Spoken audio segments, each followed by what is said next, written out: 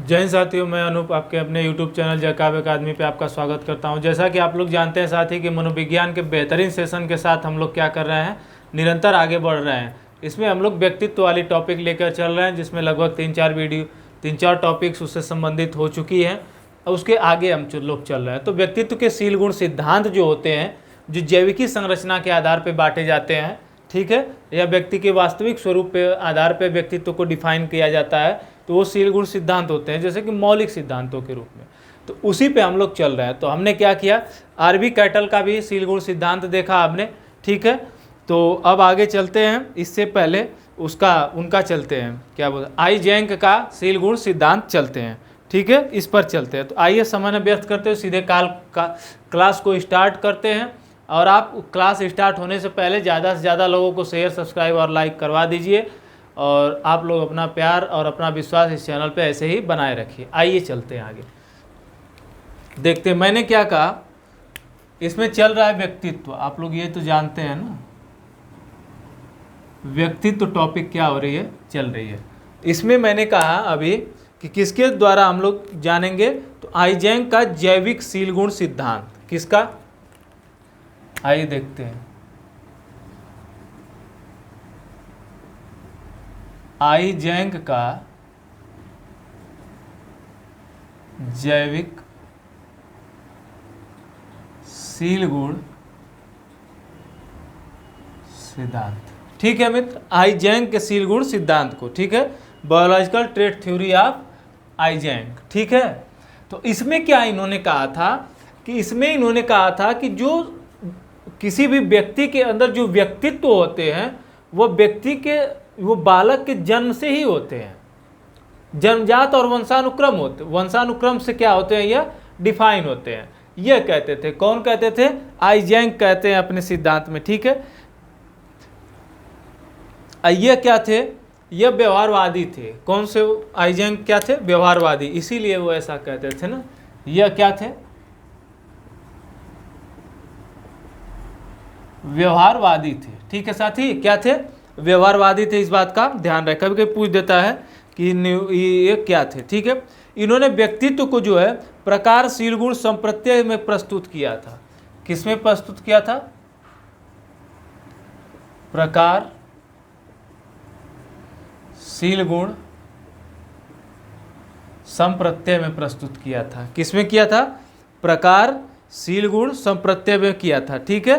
अब इसमें उनका मानना था, मैंने बताया ना, कि काफ़ी हद तक जन्मजात और वंशानुक्रमिक आधारित होती है। इन्होंने कहा था कि जो व्यक्तित्व होता है, व्यक्तित्व काफ़ी हद तक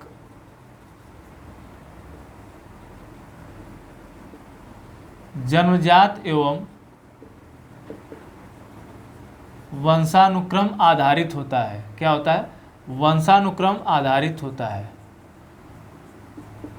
देखिए, सभी अपनी अपनी तरीके से अपना अपना तर्क देंगे, क्या करेंगे, अपना अपना तर्क देंगे, ठीक है। तो इसको पढ़ना इसलिए है, थोड़ा सा देख लें सही दिख रहा है कि नहीं, क्लियर दिख रहा है ना, हाँ ठीक है। तो अपने अपने हिसाब से पढ़ना है, मतलब पढ़ना सबको है, सबका अपना अपना मत था, अपनी अपनी परिभाषाएं थी, अपने अपने सोच थे, ठीक है। तो पढ़ना सबको है, क्योंकि पूछता सबसे है, तो इसलिए सबको हमको पढ़ना, चाहे उनका सही दें वो चाहे नहीं सही दें, उससे कोई हमको मतलब नहीं है, ठीक है। इन्होंने दो व्यापक आयाम की बात की थी, ठीक है। इसमें व्यापक आयाम जो क्या था, बताया ना आपको, क्या था,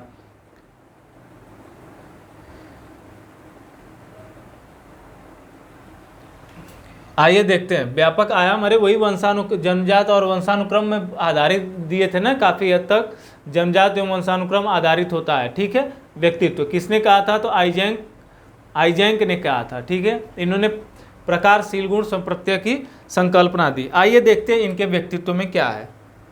तो इनके व्यक्तित्व में क्या है, जो इनका व्यक्तित्व है, ध्यान दीजिएगा, इनका जो व्यक्तित्व है मित्र, वह यह है, पहला क्या है इनका, पहला व्यक्तित्व है इनका अंतर्मुखता बनाम बहिर्मुखता, ठीक है। देखिए बात वही है, घुमा फिरा के वही बात करेंगे।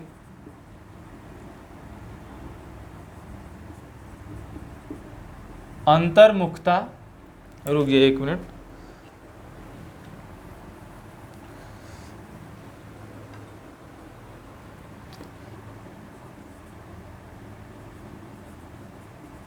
अंतर्मुखता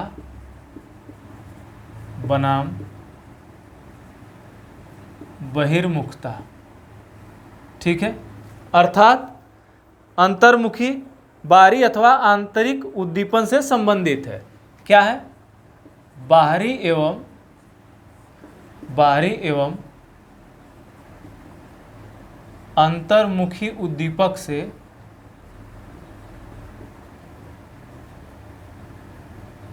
संबंधित है।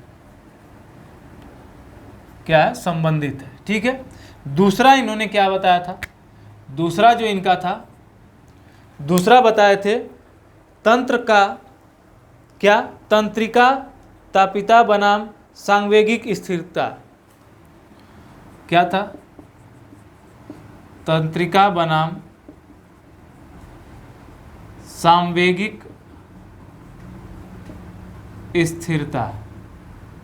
अब इसमें क्या कहते हैं? तंत्रिका बनाम सांवेगिक स्थिरता हम क्या कहते हैं? भावात्मक तथा असमंजित व्यवहार से संबंधित था। क्या था? भावात्मक तथा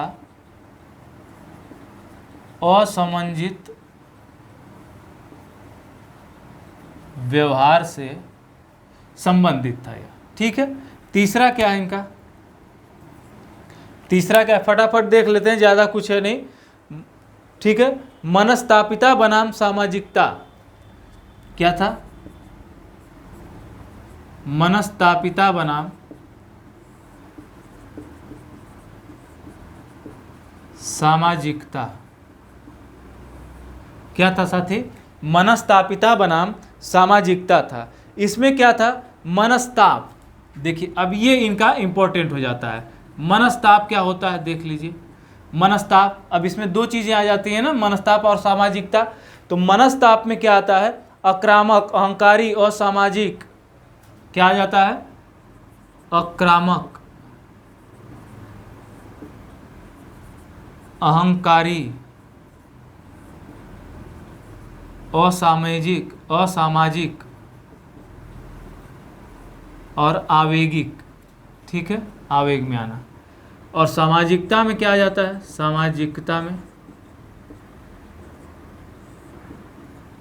सामाजिकता में आप लोग जानते हैं कि ऐसे गुण क्या आ जाते हैं जो सामाजिक दृष्टि से मान्य होते हैं, जैसे परोपकारी, स्वानुभूतिक तथा पारंपरिक। क्या होता है? परोपकारी, स्वानुभूतिक एवं पारंपरिक। ठीक है, ऐसे लोग क्या होते हैं? इसमें मनस्तापिता बनाम सामाजिकता में आते हैं। ठीक है, देखिए, अंतर्मुखी बनाम बहिर्मुखी, बाहरी एवं अंतर्मुखी उद्दीपक से संबंधित होता है। ऐसा व्यक्तित्व जो क्या करे, उनको आंतरिक रूप से जो प्रभावित करता है वो आंतरिक हो जाता है, और जो बाहरी रूप से प्रभावित करता है वो क्या हो जाता है? बाहरी हो जाता है। तो दोनों का जो प्रभाव पड़ता है और इस तरह के जो व्यक्तित्व का निर्माण होता है वह किस में आते हैं? अंतर्मुखता बनाम बहिर्मुखता वाले व्यक्तित्व में आते हैं। वैसे बात आते हैं तंत्रिका बनाम सांवेगिक स्थिरता। तो इसमें भाव, जैसे किसी व्यक्ति, कई व्यक्तियों को देखे होंगे कि आप ज़्यादा उनके अंदर भावुकता होती है। ठीक है, तो वो भावुकता वाले जो भाव हैं, ये कह सकते हैं कि वो जन्मजात होते हैं। अब इन्होंने कहा ही ना कि जन्मजात या वंशानुक्रम से प्रभावित होता है व्यक्तित्व। तो इनके अनुसार जो भावुकता है वो अपने पीढ़ी से मिली होगी, या उनके परिवार में कुछ ऐसे व्यक्तित्व वाले लोग रहे होंगे जो ज़्यादा भावुक रहे होंगे, तो बच्चे पे क्या प्रभाव पड़ा होगा उसका। तो भावुकता और असमंजितता व्यवहार होता है। ठीक है, समंजिता व्यवहार। ठीक है, असमंजित व्यवहार मतलब सामंजस्य स्थापित नहीं कर पाने वाला क्या होता है? व्यवहार होता है। आगे आते हैं क्या है? मनस्तापिता बनाम सामाजिकता। तो मनस्ताप पे क्या आ जाता है? आक्रामक, अहंकारी, और क्या हो जाता है? असामाजिक व्यक्तित्व जिसका होता है वो मनस्ताप में आ जाता है। सामाजिकता में क्या होते हैं? जो परोपकारी होते हैं, लोगों की मदद करते हैं, भावनाओं को समझते हैं, प्यार मोहब्बत से बातें करते हैं, वो क्या आ जाते हैं, सामाजिकता में आ जाते हैं। तो आइजेंक ने क्या किया था, 3 प्रकार का इन्होंने बताया था। बताइए यहाँ तो कोई दिक्कत?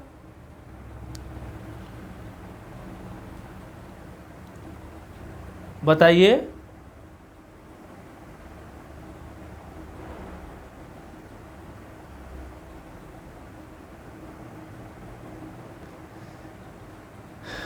चलिए आगे चले साथी, बताइए आगे चलें। तो आगे चलते हैं, इसमें देखते हैं आगे क्या आता है।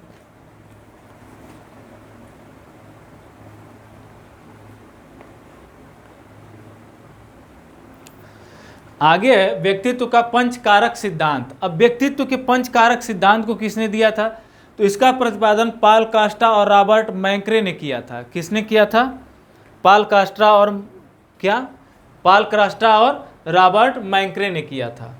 चलिए आते हैं पॉइंट पर। देखिए अब ये खत्म हो गया। इन्होंने एक प्रश्नावली भी बनाई थी जिसका नाम था क्या, आइजेंक व्यक्तित्व प्रश्नावली।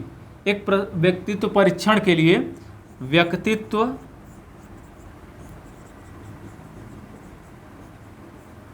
परीक्षण के लिए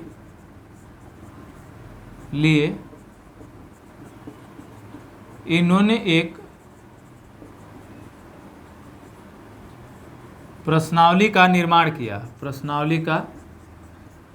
किया जिसे आइजेंक प्रश्नावली, क्या साथी, आइजेंक व्यक्तित्व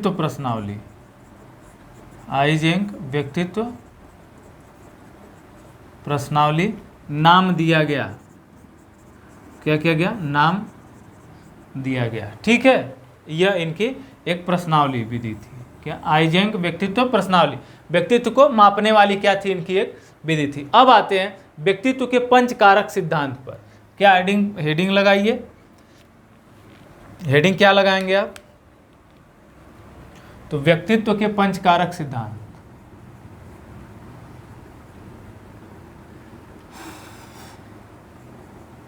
व्यक्तित्व के पंचकारक। क्या ना मित्र, कि आज थोड़ी तबीयत जो है सही नहीं है, लेकिन फिर भी अब आप लोगों के लिए भाई मैंने कहा ही था कि रुकूंगा नहीं, थकूंगा नहीं, आपको मैं पूरा एकदम बेहतरीन तरीके से सेशन क्या करूंगा, कंप्लीट करवाऊंगा ही, चाहे कुछ भी हो जाए।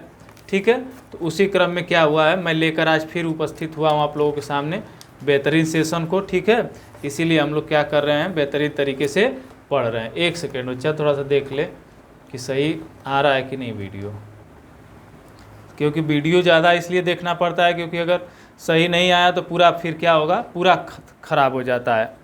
ठीक है, तो आइए, तो व्यक्तित्व के पंचकारक सिद्धांत को मैंने बताया कि पाल कास्टा और रॉबर्ट मैंक्रे ने दिया था। किसने?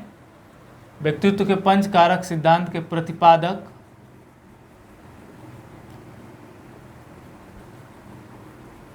पाल कास्ट्रा एवं रॉबर्ट मैंक्रे हैं। कौन? एवं रॉबर्ट मैंक्रे। ठीक है, इन्होंने क्या कहा था कि इन्होंने जो बताया था, जैसे कि आपको बता दें कि इन्होंने बताया था खुलापन, अंतर्विवेकशीलता, सहमतिशीलता, बहिर्मुखता, तंत्रिका ताप, जैसे कि ऐसे सारी चीज़ों का ये क्या करते हैं, बात करते हैं। ठीक है, क्या था पहला क्या था? अच्छा, एक चीज़ और देखिए कि जो व्यक्तित्व के संभावितशील गुणों के जांच करने के समुच्चय के, इसको बिग 5 कारक के नाम से भी जाना जाता है। ठीक है, ठीक है, बिग 5 कारक सिद्धांत के रूप में भी जाना जाता है। क्या कहा जाता है? बिग 5 कारक सिद्धांत के रूप में जाना जाता है। ठीक है, समर्थन देने वाले कौन कौन से वैज्ञानिक मनोवैज्ञानिक थे? तो हेगान थे, नॉलर थे, ला एवं कोमरे थे। कौन थे? हेगान, ला एवं कोमरे, ला एवं कोमरे थे। और कौन थे? नॉलर थे, नॉलर थे। ठीक, इनके क्या थे? समर्थन करने वाले थे, समर्थन करने वाले थे, समर्थन करने वाले।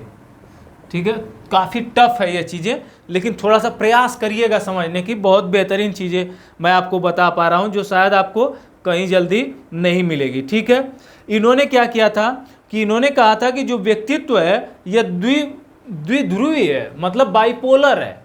ठीक है, अब इसमें कई तरह की बातें आती हैं। कार्टा तथा मैंक्रो द्वारा प्रस्तावित 5 कारकों को संक्षिप्त रूप में क्या कहा जाता है? ओशियन कहा जाता है। क्या कहा जाता है? ओशियन कहा जाता है। ध्यान दीजिए, क्या कहा जाता है? ओशियन कहा जाता है, OCAN। ओशियन मतलब आप जानते हैं क्या होता है? सागर व महासागर होता है। ओ से क्या हो जाता था? तो ओपननेस क्या हो जाता था साथी? ओपननेस। इसी को क्या कहते थे? खुलापन। क्या कहते थे? खुलापन, ओपननेस। ठीक है, सी का क्या हो जाता था? क्या हो जाता था साथी? कॉन्सियंटेंसियस। क्या हो जाता था?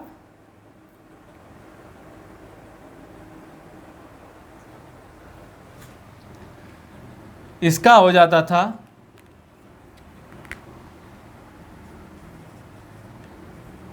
कॉन्सियंटेंसियसनेस। ठीक है, और इसको क्या कहते हैं? तो इसको कहते हैं अतर्क विवेकशीलता। क्या था? अतर्क विवेकशीलता।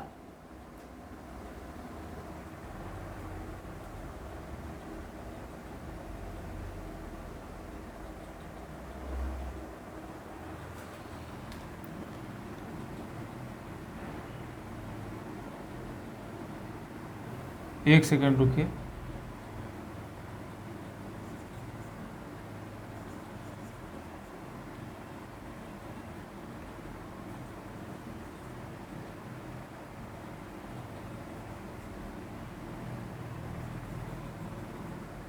ठीक है, कॉन्सेंटेनियस। ठीक है, इसको क्या कहते हैं? अंतर विवेकशीलता, अंतर विवेकशीलता। छोड़िए, हटाइए, इंग्लिश से क्या मतलब है? मिटा ही देते इंग्लिश को, ऐसे ही सीधा बताते हैं। ठीक है, हटाइए। बस ये जानिएगा कि ओशियन में आता है, क्योंकि टफ है, इतना ज़्यादा इंग्लिश थोड़े देगा। बस क्या आता है? ओशियन। इसको शार्ट में कहा जाता था। क्या कहा जाता था? ओशियन, शॉर्ट फॉर्म में कहा जाता था, शॉर्ट फॉर्म में।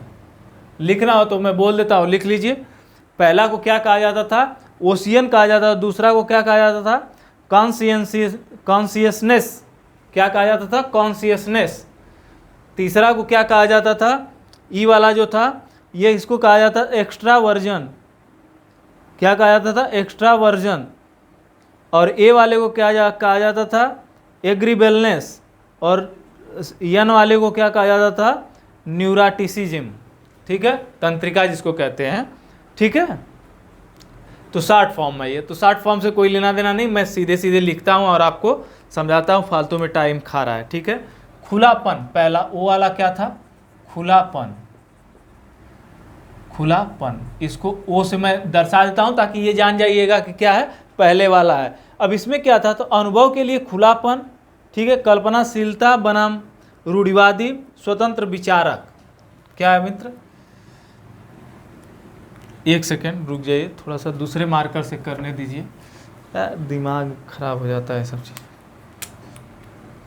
देखिए, आज थोड़ा सा मस्तिष्क ना क्या है कि सही नहीं काम कर रहा है, लेकिन फिर भी क्लास ले रहे हैं। ठीक है ना, तो इसमें क्या आ जाता है?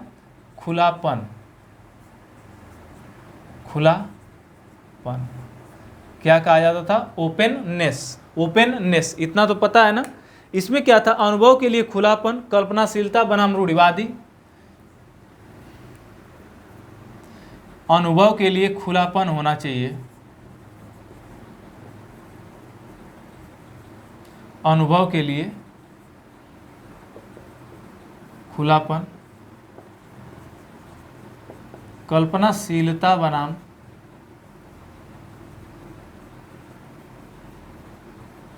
रूढ़िवादी। ठीक है, क्या था? कल्पनाशीलता बनाम रूढ़िवादी। और इसमें और एक आ जाते हैं स्वतंत्र विचारक, स्वतंत्र विचारक। ठीक, दूसरा क्या हो जाता है? कॉन्शियसनेस। ठीक है, कॉन्शियसनेस, जिसको क्या कहते हैं? अंतर विवेकशीलता।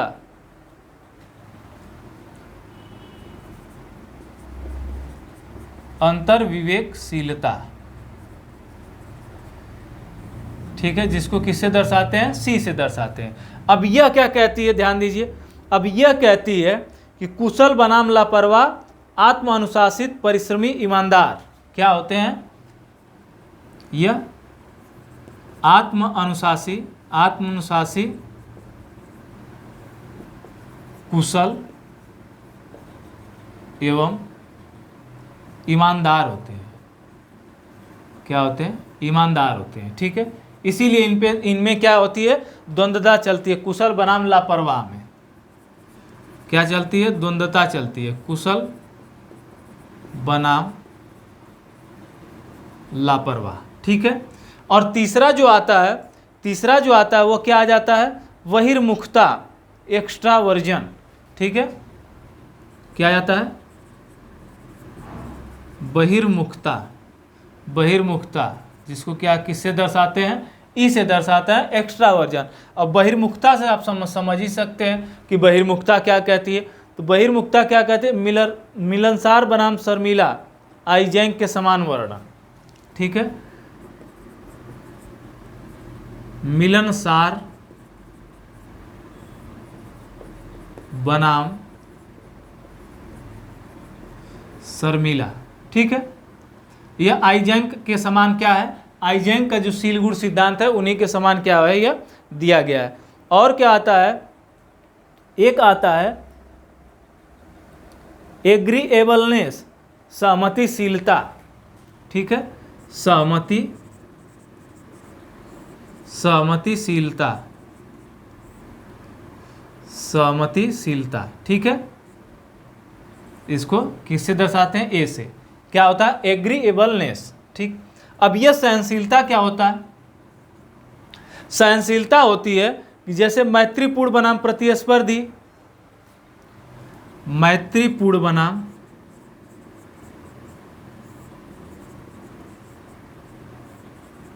प्रतिस्पर्धी। ठीक है साथी, क्या? प्रतिस्पर्धी। दूसरी बात, यह कैसे होते हैं? तो मिलनसार होते हैं। कैसे होते हैं? मिलनसार होते हैं। ध्यान दीजिएगा, क्या होते हैं? मिलनसार होते हैं, दयालु होते, मिलनसार नहीं, रुकिए, मददगार लिखिए, ज़्यादा बेहतर होगा। मददगार होते हैं, दयालु भी होते हैं। ठीक है, मददगार होते हैं, दयालु होते हैं, और क्या होते हैं? भरोसेमंद भी होते हैं। अगला क्या है? तंत्रिकाता, न्यूट्राटिसिज्म। ठीक है, न्यूट्राटिसिज्म,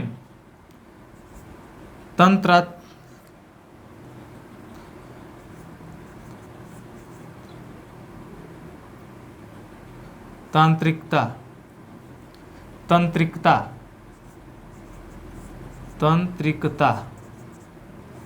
ठीक है, जिसको किससे दर्शाते हैं? यन से दर्शाते हैं। ठीक है, और ये दयालु और भरोसेमंद भी होते हैं। कैसे होते हैं? भरोसेमंद। ठीक, अब इसमें तांत्रिकता में क्या होता है? तो तांत्रिकता मतलब संवेदनशील बनाम निश्चिंत, जैसे चिंतित, असुरक्षित। क्या होता है? संवेदनशील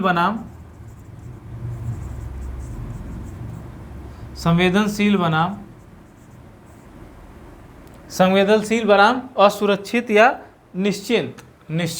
क्या होता है? निश्चिंत होता है। ठीक है, अब इसमें क्या आ जाता है?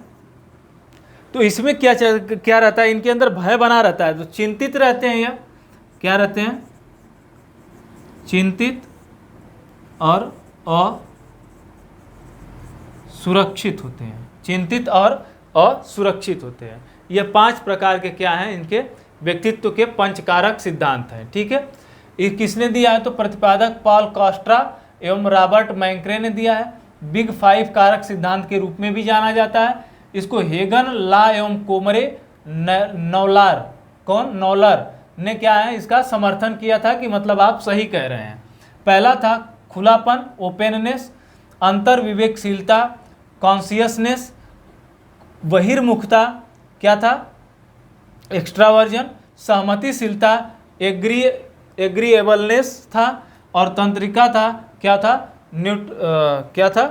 न्यूरानेटिज्म, क्या था, न्यूरेटिज्म। तो इसको संवेदनशील बनाम चिंतित, असुरक्षित। ठीक है, मैत्रीपूर्ण बनाम प्रतिस्पर्धी, मददगार, दयालु और भरोसेमंद, मिलनसार बनाम शर्मीला। जैसे कुछ लोग होते हैं, क्या होते हैं, मिलनसार होते हैं, कुछ लोग शर्मीले होते हैं, वह बहिर्मुखता में आते हैं। अंतर्विवेकशीलता, आत्मानुशासी, कुशल एवं ईमानदार होते हैं। जैसे कि कुशल बनाम लापरवाह हो जाता है। कुछ व्यक्ति होते हैं बड़ा लापरवाही करते हैं, कुछ व्यक्ति कुशल से कार्य करते हैं।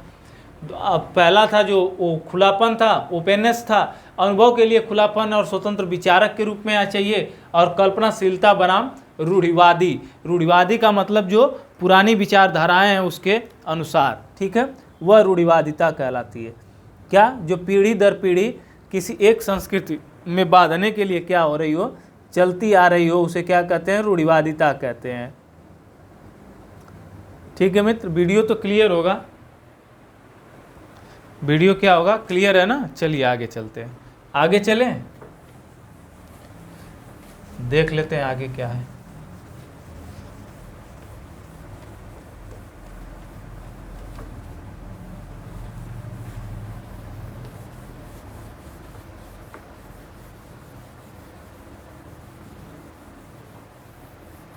चलिए आइए आगे चलते हैं, आगे चलते हैं।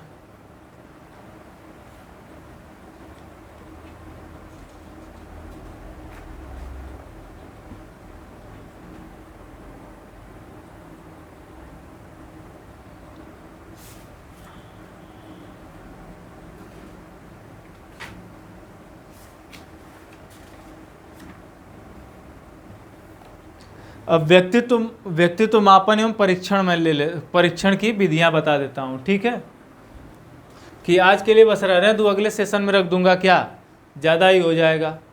ठीक है, तो चलिए आज के लिए बस इतना ही रखता हूं, ठीक है ना, क्योंकि ज़्यादा हो जाएगा तो फिर समस्या हो जाएगी। क्योंकि अब जैसे कि एक टॉपिक चले तो एक टॉपिक जब तक पूरा उसको समझ नहीं लेंगे ना, तब तक कुछ चीज़ें क्लियर नहीं होती हैं, तो ये समस्या हो जाती है। तो मैं एक टॉपिक उसी तरह से लेता हूँ, चाहे 25 देखते हैं, कभी कभी 22 मिनट पे भी छोड़ देता हूँ। क्यों, क्योंकि वो टॉपिक कंप्लीट हो जाती है। तो मैं उसमें सोचता हूँ कि अगर दूसरी टॉपिक लेके आऊँगा तो बच्चों को समझने में समस्या होने लगेगी। इसलिए मैं चाहता हूँ, मैं सोचता हूँ अब ये 1 घंटे की क्लास होती तो बहुत बेहतरीन तरीके से हो जाती, मैं चीज़ों को बहुत अच्छे से समझा भी पाता। इसलिए मैं अब इसको समझाऊँगा, बताऊँगा, तो बताइए कितना टाइम लगेगा, घंटे भर की क्लास इतने में ही दोनों में लिपट जाती। तो इसलिए मजबूरी है मेरी कि शॉर्ट फॉर्म में बस आपको याद दिला रहे हैं, बता रहे हैं, फिर भी उसमें समझा ही दे रहे हैं कि क्या क्या चीज़ें हैं, समझ में आ ही जा रहा होगा, सिंपल नहीं है। तो इसलिए मैं ज़्यादा इसमें टाइम स्पेंड नहीं कर रहा। तो आज के लिए बस इतना ही रखते हैं, फिर अगले मिलेंगे। अब व्यक्तित्व के मापन एवं परीक्षण वाली विधियाँ आप चलेंगे, जो कि व्यक्तित्व का लास्ट टॉपिक होगा। ठीक है, अब वो सेशन 40-45 मिनट जो भी चले उसको हम लोग उतने में निपटा ही देंगे, चाहे कैसे भी करके। अब अगले दिन नहीं रखेंगे क्योंकि काफ़ी लंबा हो चुका है, लगभग 4-5 वीडियो बन जाएंगे इसके मेरे ख्याल से। तो चलिए आज के लिए बस इतना ही रखते हैं, और आप इसी तरह अपना प्यार बनाए रखिए, विश्वास बनाए रखिए इस चैनल पे। तो इस चैनल को ज़्यादा से ज़्यादा सब्सक्राइब, शेयर और लाइक करते रहिए, करवाते रहिए। जय हिंद, जय जय काव्य अकेडमी।